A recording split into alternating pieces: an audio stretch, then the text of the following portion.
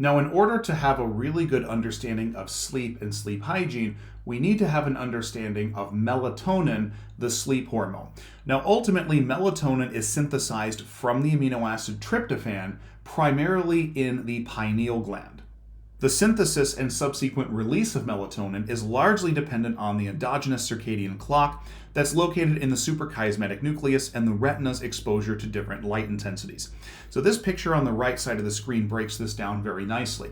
What we see is light entering the eye and striking the retina, and that information is fed forward into this green nucleus called the suprachiasmatic nucleus, which in turn feeds information into the yellow nucleus, which is the olivary pretectal nucleus, and then that information is fed to that purple structure, which is the pineal gland.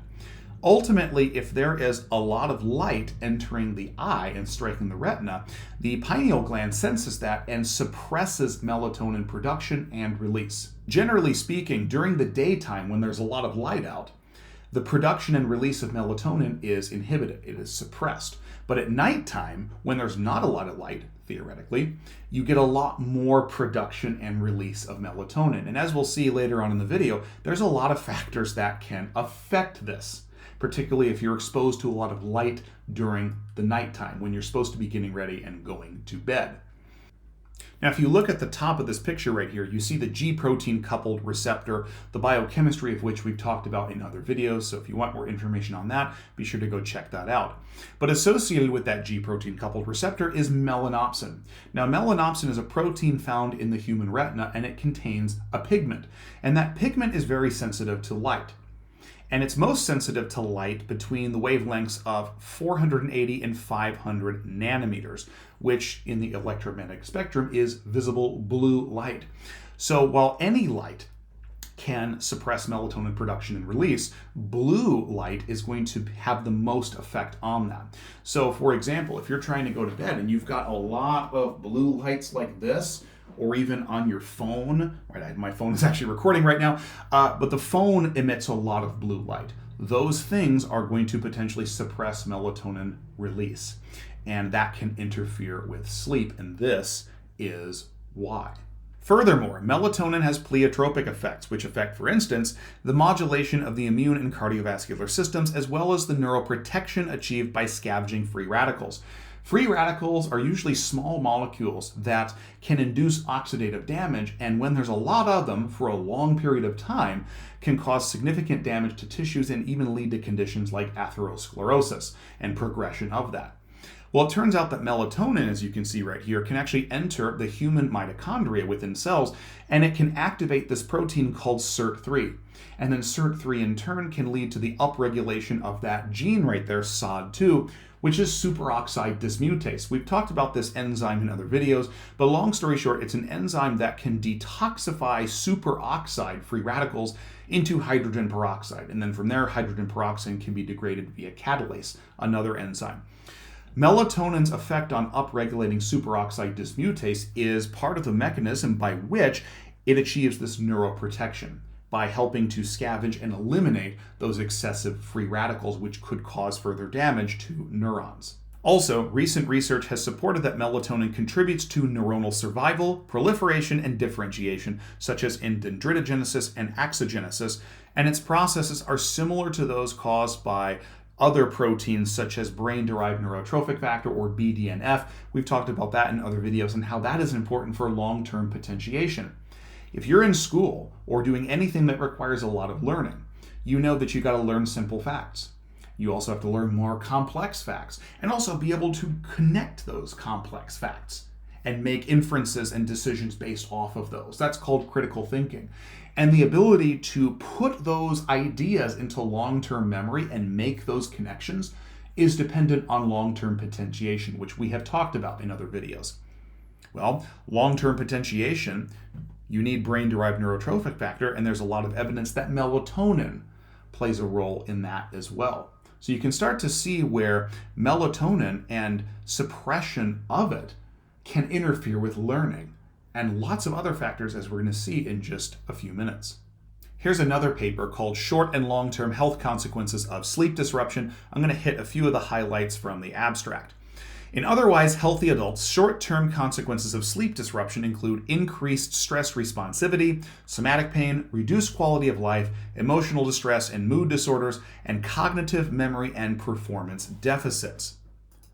Long-term consequences of sleep disruption in otherwise healthy individuals include hypertension, dyslipidemia, cardiovascular disease, weight-related issues, metabolic syndrome, type 2 diabetes mellitus, and colorectal cancer. And all-cause mortality is increased in men with sleep disturbances. It's not to say that this won't have effects in women. Of course it will. It's just that the studies that look at this and investigate this, they're looking specifically at male subjects.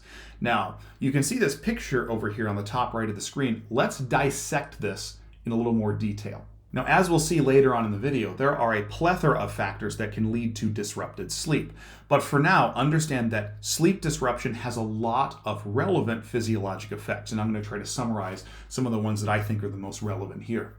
Number one, you get an increased release of catecholamines such as epinephrine, norepinephrine into the bloodstream, and also increased secretion of ACTH from the anterior pituitary gland and cortisol into the blood, the latter of which is sometimes thought of as the chronic stress hormone. Now, cortisol isn't bad by itself, okay? Cortisol does a lot of important things. It switches carbohydrate metabolism to more of lipids, which is important in the morning. And in fact, what you find is upon waking and very early into the morning hours, cortisol release is increased into the blood. And that's because as you sleep, you're depleting liver glycogen. And so blood sugar levels presumably are getting lower and lower, which is why oftentimes we eat breakfast to break the fast when we wake up. But if we don't switch metabolism to more of lipids, we're going to get a dangerously low blood sugar. So having cortisol there is very important. But when you have long-term chronically elevated cortisol levels, it leads to a variety of adverse health effects. It disrupts the circadian rhythm. You get decreased insulin sensitivity, decreased leptin, increased ghrelin. So leptin is the hormone of satiety. Ghrelin is the hormone that increases your appetite. So if we're getting less of the satiety, so feeling full hormone, and more of the hormone that stimulates appetite, well, then people who have disrupted sleep are more likely to not feel as satiated when they eat. They're more likely to overeat over time. And of course, long term, if you intake more calories than you expend, this leads to weight gain. Sleep disruption also leads to upregulation of TNF, which is tumor necrosis factor, interleukins 1 and 6, various cytokines, and C-reactive protein. It also increases the production of reactive oxidative species.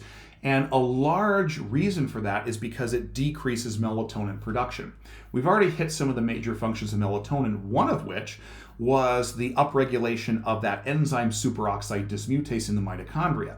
Well, if you are lowering melatonin production, you are lowering the amount of the enzyme superoxide dismutase and allowing a lot of these reactive oxidative species to proliferate. You get more and more of them, and you get more potential for neuronal damage. And then you impair that differentiation, proliferation, and survival of neurons. And long term, that can lead to a lot of issues, as we'll see in just a minute. Now, the short-term consequences of sleep deprivation are stress, somatic problems like pain, sensitivity increases, and psychosocial issues, behavioral issues, mood issues, things like that. But long-term, there are some very bad things that can occur with chronic sleep deprivation. As we mentioned before, cardiovascular disease, obesity, a lot of times because of that shift in the relative ratios of leptin and ghrelin and decreased insulin sensitivity. Along with that decreased insulin sensitivity, type 2 diabetes mellitus, increased risk of cancer and death, ultimately from a lot of these things that I just mentioned. And also, one other very important thing, when you have elevated levels of stress long term, this is correlated with an increased risk of Alzheimer's disease. That is something that none of us want to get. There's certainly no cure for cancer, but at least we have a lot of treatments for cancer, and people go into remission and they live healthy lives afterward. We are not even remotely close for having the same thing for Alzheimer's disease. This is not something that we want to do. We don't want to get that. And one of the ways we can stave off Alzheimer's disease is by lowering our stress levels. And the way that we lower our stress levels long term is by getting better sleep. And to do that, we can't have disrupted sleep. Now, here's an interesting study. Effects of sleep deprivation on acute skeletal muscle recovery after exercise. Now, this is not talking about chronic sleep deprivation. We're not talking about the individual who hasn't slept well for 10 years. I've treated a lot of those patients. This is at worst just a couple days worth of sleep deprivation. And what's interesting here is if we look at this figure where they compare the isometric peak torque in relevant muscle groups between the high quality sleep group in black versus the sleep deprivation group in gray, there's actually no statistical difference between the two groups. Isometric peak torque did not decrease in the acute sleep deprivation group. And furthermore, if we look at another figure from this same study, what we actually see is that there's no difference between the groups in total testosterone, that's A. There's no difference in circulating IGF-1, insulin-like growth factor, that's graph C there. But there actually is an increase in free testosterone in the sleep deprivation group. And so there's a lot of bro science online and on social media that use studies like this to say, oh, sleep is not that important. You don't need 8 hours of sleep, right? Nothing like that. But I caution you, if you look at graph D there, you can see that in the deprivation group, there's an increase in cortisol compared to the sleep group. Just because you have an increase in free testosterone with a little sleep deprivation doesn't mean that that free testosterone is going to stay that way long term. This is just an acute deprivation. If you continue this for a week, months, even years, you're going to see that the free testosterone is going to drop. It's going to plummet significantly, and you might actually have people enter into the low T group of individuals. Cortisol is going to remain high, and it's going to have all sorts of deleterious effects that we talked about on the previous paper. Another study here, sleep deprivation increases pain sensitivity following acute muscle soreness. So what they used here is what's called a pressure algometer. You can see that on the screen right there. Essentially what they do with a pressure algometer, just taking my soda can here, that's not actually a pressure algometer, but they basically pick a part on the skin and they push into it progressively harder and harder. And there's a number that you can see on the gauge, and it's an indicator of the amount of pressure that you're pushing in. And what the person is supposed to do is say at what point, okay, that starts to hurt. And then you read off the number at that pressure. So the higher the number, the higher the pain threshold, right? You say people that have a high pain tolerance would be expected to have a high number on that. If you have somebody with fibromyalgia, let's say, or somebody that has chronic sleep deprivation or even acute sleep deprivation, you actually expect this number to be lower. In other words, they have a lower pain threshold before that pressure starts inducing a pain response. And the conclusions of the study were just that. The loss of sleep further increases pain sensitivity following an acute soft tissue injury, demonstrating a potential causative role of the lack of sleep on complex pain states, such as fibromyalgia, or following musculoskeletal injuries. So the individuals that we see in the clinic who have these very, I don't want to say exaggerated pain responses, because they're not exaggerating, they actually feel this. It's very real to them. But a lot of these individuals, in fact, the vast majority, all have poor sleep. And one of the questions that I ask in my initial evaluations on pretty much every single patient is, how is your sleep? Does your condition or anything else prevent you from falling asleep? Does it or other things wake you up in the middle of your sleep? And I also ask, collectively, how many hours of sleep do you get a night? If a person says, oh, I only get like 3 or 4 hours of sleep, which is a lot more common than you might think it is, my prognosis for them goes down a little bit, because when you're not sleeping well, your ability to heal is diminished.